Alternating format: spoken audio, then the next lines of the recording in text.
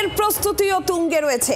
Deputy নির্বাচন commissioner virtual বৈঠক করছেন। চলতি মাসের শুরুতে এসআইআর শুরুর সম্ভাবনা রয়েছে, যে খবর সূত্র মারফত পাওয়া যাচ্ছে।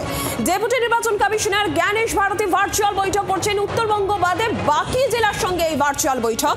ডিএম, এসডিও, ইআরও এই বৈঠকে থাকছেন এবং বৈঠকের পর যেটা জানা যাচ্ছে, সিইও কে সঙ্গে নিয়ে আজকে রাজারহাট গোপালপুরেও যেতে পারেন ডেপুটি নির্বাচন কমিশনার। কবে থেকে রাজ্যে শুরু হতে চলেছে এসআইআর, এই নিয়ে জল্পনা চলছিল। এর মধ্যেই এসআইআর প্রস্তুতিও শুরু হয়ে গিয়েছে বলে মনে করা হচ্ছে। তার কারণ ডেপুটি নির্বাচন কমিশনার জ্ঞানেশ ভারতী তিনি গতকালকে এসে পৌঁছেছেন। ভার্চুয়াল বৈঠক জ্ঞানেশ ভারতীর। উত্তরবঙ্গ বাদে বাকি জেলার সঙ্গে ভার্চুয়াল বৈঠক এবং এই বৈঠকের পর সিইও কে সঙ্গে নিয়ে রাজারহাট গোপালপুরেও যেতে পারেন ডেপুটি নির্বাচন কমিশনার।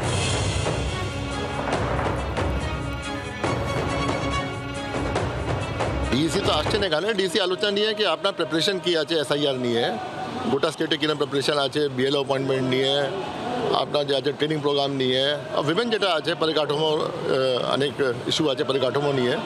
যদি জেলা শাসক আছেন, ইআরও আছেন, ওরা কথা করবেন, বলবেন কি কিরকম অগ্রগতি হয়েছে, কিরকম কোথায় কোথায় প্রবলেম আছে, ওটাই সব মূল্যায়ন করার জন্য। এসআইআর কোন কোন বিষয়গুলো নিয়ে আলোচনা?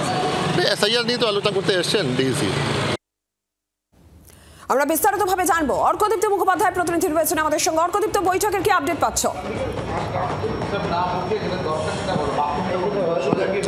দেখো, 2 ঘন্টা অতিক্রান্ত হয়ে গিয়েছে, বৈঠক শুরু হয়েছে। এই ভিডিও কনফারেন্সে সমস্ত জেলার ডিইওদের সঙ্গে বৈঠক করছেন ডিইসি এবং রয়েছেন মুখ্য নির্বাচনী আধিকারিক। তবে আবারও বলবো, নর্থ বেঙ্গলের বেশ কিছু জেলা যেগুলো বন্যা কবলিত, সেখানকার জেলা শাসকদের সঙ্গে পরবর্তী কোনো দিনে তিনি বৈঠক করবেন।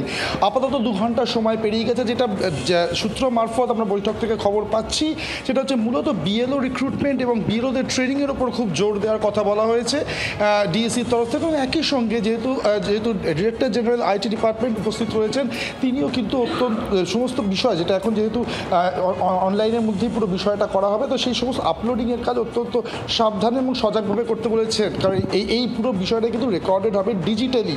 সেই সমস্ত কিছুই কিন্তু সেইভাবেই নির্দেশ দেওয়া হয়েছে।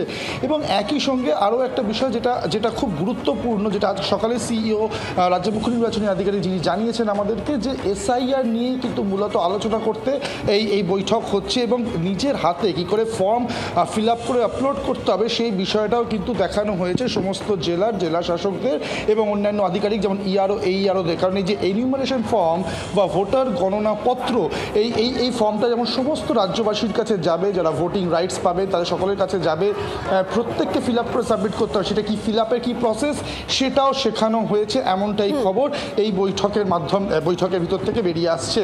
ফলে সব মিলিয়ে খুব গুরুত্বপূর্ণ এই বৈঠক। এবং এখান থেকেই রাজারহাট গোপালপুর বিধানসভা কেন্দ্রে যাবেন ডেপুটি ইলেকশন কমিশনার, সঙ্গে সিইও যাবেন এবং তারপরে সেখান থেকে বারাসাত যাবেন, এমনটাই খবর নির্বাচন কমিশন সূত্রে। এবং আগামীকাল তার কোলাঘাটেও কিন্তু যাওয়ার কথা রয়েছে ডিইসির। ফলে এই 2 দিনের সফরে বেশ কিছু জায়গায় যাবেন, সমস্ত জেলা শাসকদের সাথে কথা বলবেন, খতিয়ে দেখবেন বেশ কিছু জিনিস, শুধুমাত্র এসআইআর নয়, আসন্ন বিধানসভা নির্বাচনের জন্য রাজ্য কতটা প্রস্তুত সেই বিষয়টাও খতিয়ে দেখছে। তো সব মিলিয়ে অত্যন্ত গুরুত্বপূর্ণ আজকের এই বৈঠক। এবং এসআইআর নিয়ে কি আলোচনা হলো, বঙ্গে কবে শুরু হতে পারে এসআইআর, তারও কিন্তু একটা আভাস পাওয়া যেতে পারে এই বৈঠকের পর। ধন্যবাদ অর্কদীপ্ত।